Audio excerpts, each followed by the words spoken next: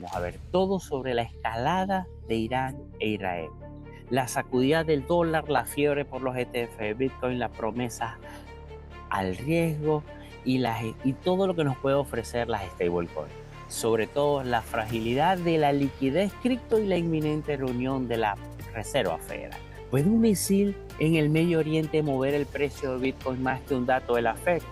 Y si te dijera que las stablecoins están a punto de tener su propio momento AIFA, ¿podrá la criptoestrella absorber el mercado de bonos del tesoro como si fuera un snack a medianoche?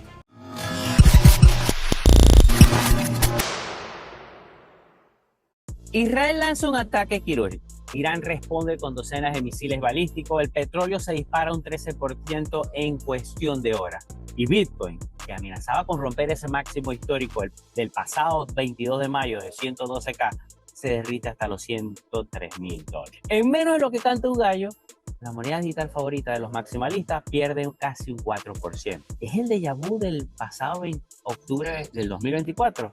Cuando una ráfaga de cohetes que ya había agitado las aguas en días anteriores vuelven a aparecer.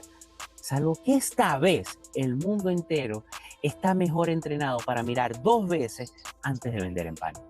Los operadores de mercado esta vez no cayeron en la trampa, a pesar de ese movimiento agresivo del 4%. Si abrimos la luz, el viernes amaneció con un pequeño rebote y luego regresó el goteo bajista. Al momento de grabar este video, 16 de junio de 2025, BTC coquetea entre los $107,000 y $106,000.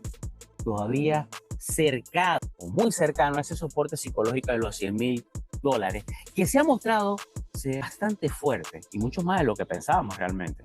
La otra cara de la moneda es el Crypto Fear Index. La otra cara de la moneda es el Crypto Fear Index. Pese a la tensión bélica, el indicador sigue estacionado en codicia con un 61 de 100. Eso se lee como que no hay nada de miedo por ahora. Esto deja claro que la piel del marcador se ha convertido más, dejando claro que la piel del mercado se ha hecho mucho más gruesa de lo que tal vez pensábamos, o tal vez un poco más temeraria. Esa frialdad colectiva no es gratis. Detrás de eso hay grandes flujos de dinero que están entrando al ETF al contado durante estos últimos 5 días seguidos. Han inyectado más de $1.300 millones al ecosistema. Una transfusión que de momento sostiene a todo el mercado. Pero volvamos al minuto a minuto de la guerra y sobre todo al precio. En este momento se está desarrollando el S del análisis de Wyckoff al que nos anticipamos hace unos cuantos meses. Lo que se traduce en una zona de consolidación que puede moverse con libertad entre los 106K y los 107. Lo que se traduce en una zona de consolidación que se puede mover con libertad entre los 107 y los 110K. Dentro del análisis de Wyckoff tenemos que abrir la posibilidad de que a veces busca hacer un retest a zonas un poco más profundas de ese SOS, lo que nos podría llevar a los 88K. Este escenario solo se daría si en este conflicto que está ocurriendo en el Medio Oriente escala a situación un poco más agresiva, tal vez con la participación, pero ya en ofensiva de Estados Unidos. No en logística, que ya lo está haciendo, no en suministro de armamento, pero lo está haciendo y lo seguirá haciendo, no tengo duda. Pero solo si participa en ataques ofensivos, podríamos ver un miedo mucho mayor en el mercado. Sin embargo, no podemos olvidar que en conflictos pasados BTC se sacude rápidamente el polvo. A los días, las caídas suelen esfumarse como si no hubiesen existido. Si comparamos Bitcoin, el oro y el S&P 500 tras eventos bélicos, adivina qué, sorpresa, la cripto se lleva la medalla de oro. Claro, en este momento hay un elefante energético en la habitación.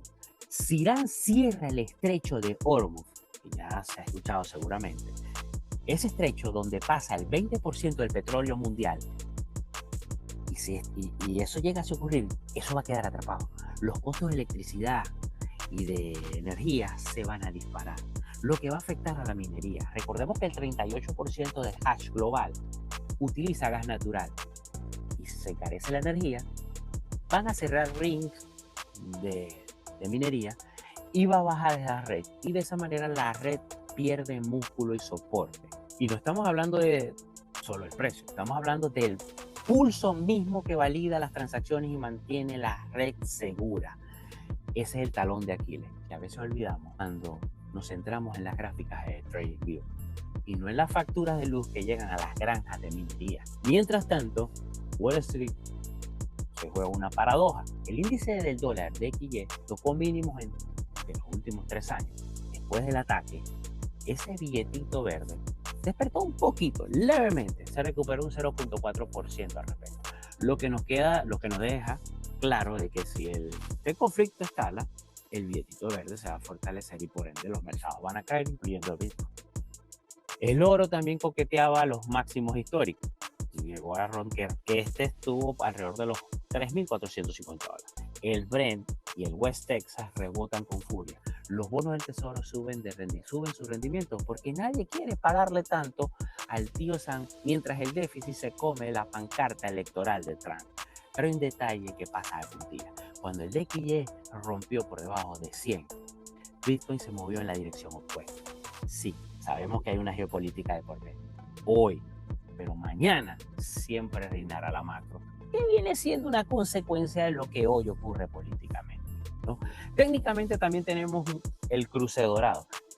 Si medimos las últimas veces que ha ocurrido esto, donde la media móvil simple de 50 cruza la de 200, las ganancias históricas se hablan del 49, 125 y 68%. Traducido, un rango razonable entre 152K y 229K.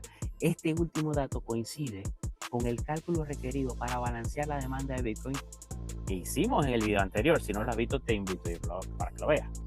Mientras que CoinLive nos muestra 30 indicadores on-chain que nos dice simplemente dale hold al 100% y apunta a un 135 y 230K como máximo de este rango de ciclo. También coincide este último dato con ese cálculo que hicimos en el video pasado. Claro, salvo que la historia adopte el guión del 2021 y terminemos repitiendo un descenso del 80%, no podemos olvidar que Bitcoin ya ha sangrado un 70 o un 80% y que fácilmente lo puede hacer otra vez. No nos creamos cantos de sirena, ¿no? Pero no es solo el precio lo que está en juego. El mercado cripto está en su propio reality show de liquidez, edición fantasma. Tanto en Forex como en cripto, los Order Block parecen frondosos en épocas de calma y se evapora cuando sopla el viento. La fragmentación entre exchange, el spoofing, el wash trading confeccionan una ilusión de profundidad. Llega la tormenta y desaparece el suelo. Eso lo vimos en el pasado 2022. Lo revisamos tanto con el colapso de Mantra, de años recientes, y lo volveremos a ver mientras la infraestructura siempre siga dispersa. Los ETF paradójicamente también pueden recrear una trampa de liquidez.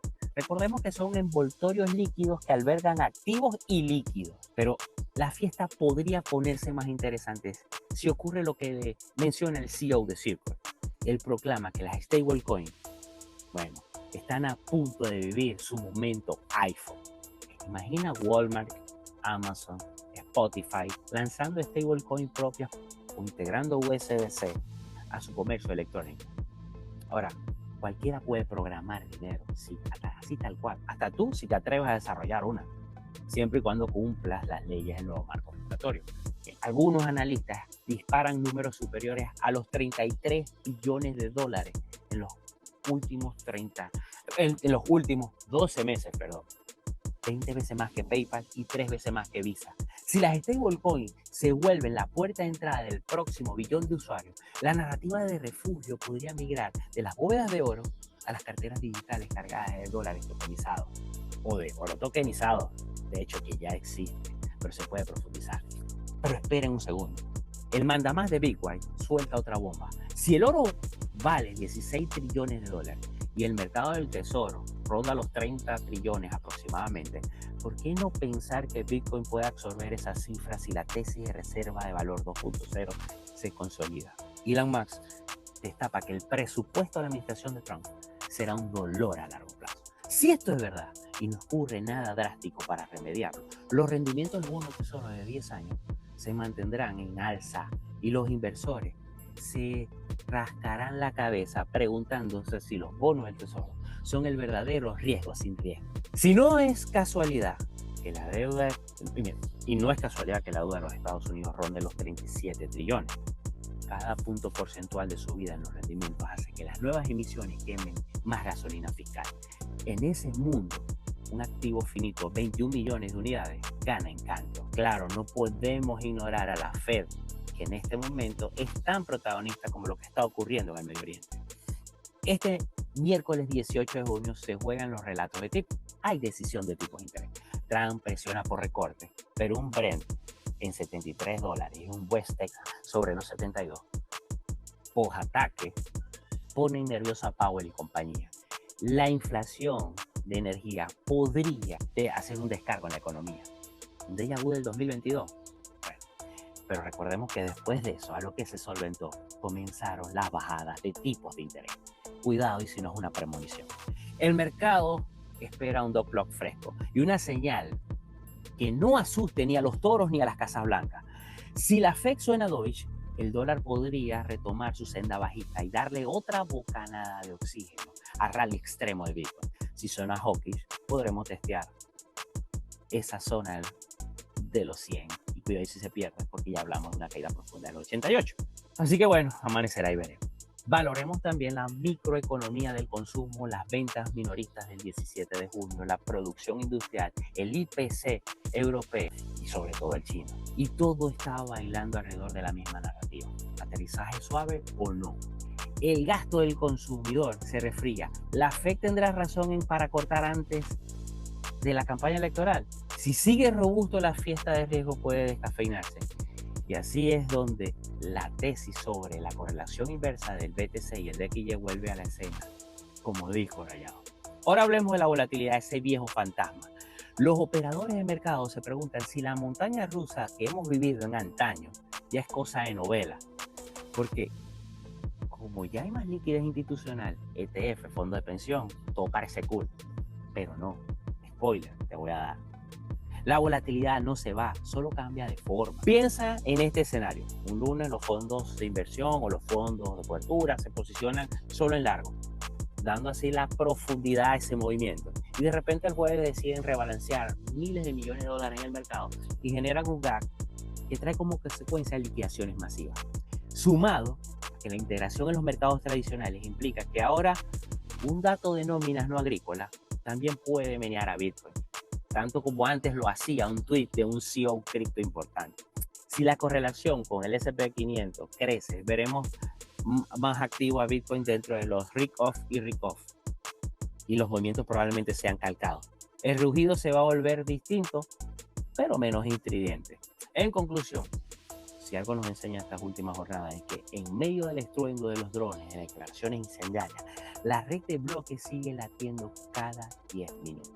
Tal vez es simple el latido, tac, tac, tac, o sea, metáfora perfecta de la resiliencia que buscamos en los mercados y a veces no en nosotros mismos.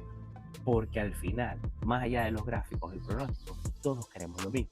Un lugar donde nuestro esfuerzo, nuestro ahorro y nuestra esperanza de futuro no se desvanezca con la próxima rueda de prensa o el próximo titular explosivo de un político que sobrepone intereses de pocos sobre el de muchos. Y quién sabe, quizás en ese lugar se construya bloque a bloque mientras aprendamos a navegar juntos esta época vibrante y caótica.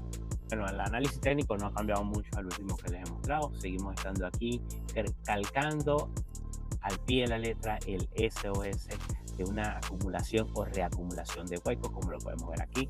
No hay mucho que pensar, solo falta ese catalizador. Sabía que en esta zona o en este momento que estamos viendo del mercado íbamos a vivir un golpe bastante duro, porque no iban a dejar que la tendencia alcista despegara tan fácilmente. Y bueno, aparece este conflicto y a medida de lo posible que se vaya aliviando, no necesariamente que se termine, pero que se vaya aliviando, que el mercado calcule de que ninguna gran potencia va a intervenir y que este conflicto que hoy es regional se transforme en uno mundial, en ese momento podríamos tener el catalizador que nos lleve hacia la fase y es la tendencia alcista que ya hemos visto o estamos esperando que nos lleve a ese movimiento parabólico y a la tan ansiada alcista.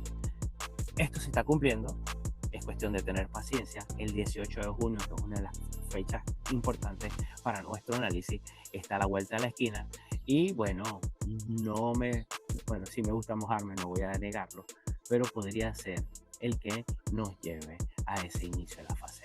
Pero ojo, recordemos que puede haber un retest nuevamente hasta esta zona 90, 91, porque a veces ocurre y eso no quiere decir que el análisis de Waco esté mal, ¿no? Hay una apertura. Así que, bueno familia, eso era todo lo que les tenía para el día de hoy. Espero que les haya gustado la información que les acabo de traer. Así que nos estemos pendientes y nos vemos en otros videos. Hasta luego. Bendiciones.